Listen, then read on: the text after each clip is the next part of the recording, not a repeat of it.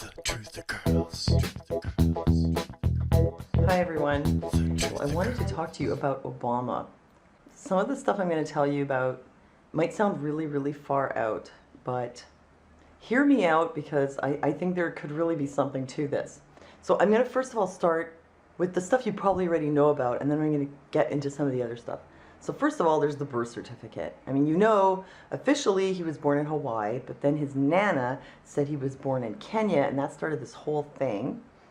And then at one point, after the White House released Obama's supposed long-form birth certificate, the Sheriff Joe Arpaio of Maricopa County was asked by citizens to investigate this thing. Well, he hired this document analyzer expert, Reed Hayes, to look at this birth certificate, and Mr. Hayes said without a doubt it was a forgery.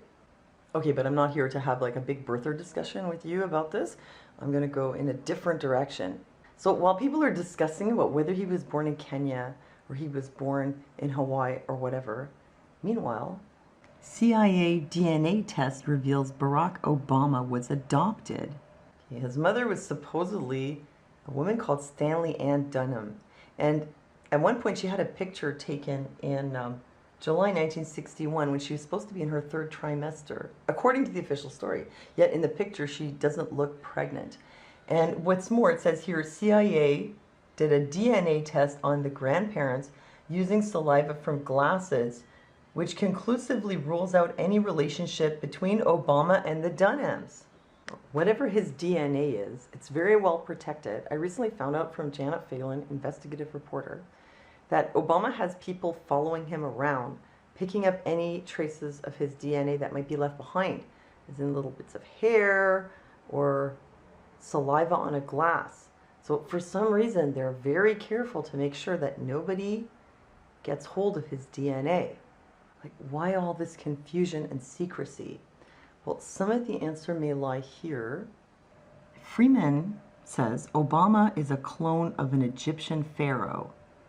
I know this sounds about as out there as it can get, but when you look at King Akhenaten, he does bear an uncanny resemblance to Obama. And this is King Akhenaten's wife, who happens to look like Michelle Obama. And the daughters of King Akhenaten and his wife look strangely similar to the daughters of Barack and Michelle Obama. So, you know, maybe they were all cloned from the DNA of this Egyptian pharaoh and his family, and that's why he's not related to his supposedly biological mother and her parents. And another really weird thing about Obama is that he's Rh negative. Not only is he Rh negative, but every president since Eisenhower has been Rh negative, and also an awful lot of Hollywood celebrities, like all the musicians from the late 1960s, 1970s, like peak of the rock era, Mick Jagger, Jimi Hendrix, Jim Morrison, Janis Joplin, oh, even Charles Manson, John Lennon. And it is very strange that all these presidents were Rh negative, because only 15% of white Western Europeans and their descendants in North America and Australia are Rh negative. And for Obama, it's even, you know, much stranger, because in sub-Saharan Africa, the rate of Rh negative is 1 in 3,000. So, and you have to have two Rh negative genes to be Rh negative. So he'd have to get one from his mother. Okay, there's about 15% chance. And he'd have to get one from his father. So if it's who they say he was, then it would be like 1 in 3,000. So the chance that Obama would be Rh negative is very low. And I don't think it's a coincidence that he's president and he's Rh negative. Well, you know who else was Rh negative? The Egyptian pharaohs. Well, a lot of them, including King Akhenaten. According to this article, King Ramses II was Rh negative. He was a B negative, and King Akhenaten and his family were all Rh negative, as was King Tut. So it would kind of make sense that if he was a clone of Akhenaten, well, that would explain why he was Rh negative.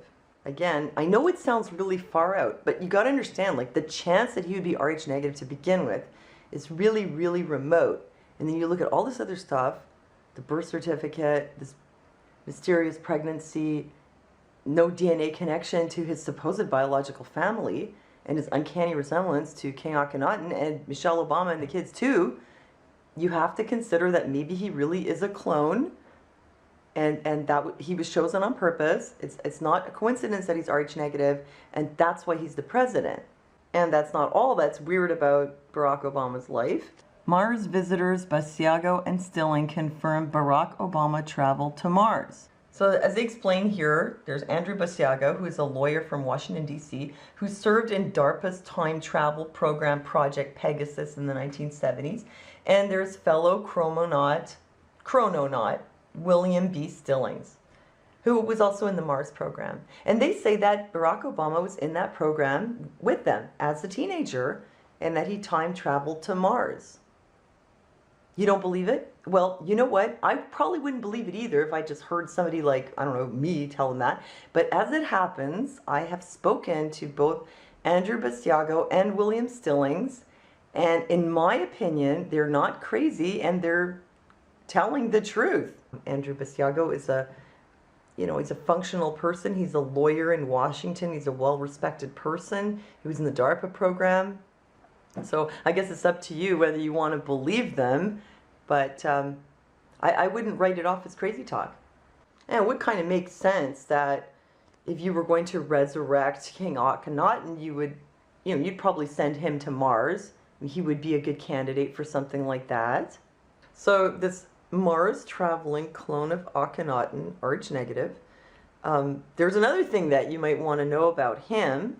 Well, he has this very strange scar on his head that looks like maybe he had brain surgery. And I know it's from Weekly World News, but don't let that fool you. See, you probably get more truth from Weekly World News than you get from like Fox News or MSNBC. I mean, these tabloids have been telling us for years that Sasquatch is real, aliens are real, the president meets with aliens. And I think some of us are starting to realize that that's in fact true, and that these papers were telling us the truth all along. It's just they make it look like it's so wacky, and just the reputation of the paper is so bad. It's like they're telling you the truth, they're giving it to you in plain sight, but making it look like a lie. So looking at all this mountain of evidence, it's kind of hard for me to just say, meh, Obama's probably just a regular guy. I mean, obviously he's not the Antichrist, so, he's probably, nothing else special either. I'm sure he didn't go to Mars, right? I can't do that because, if you're really being objective, you have to admit this stuff adds up. Birth certificate, something's wrong with it. The family history doesn't make sense. He looks like an Egyptian pharaoh. He's got Rh negative blood. He's been to Mars. He's got maybe a chip in his brain. I mean, come on, people. Look at the big picture. So, well, let me know what you think. Leave me your comments. And thanks for listening to me. And I'll see you next time.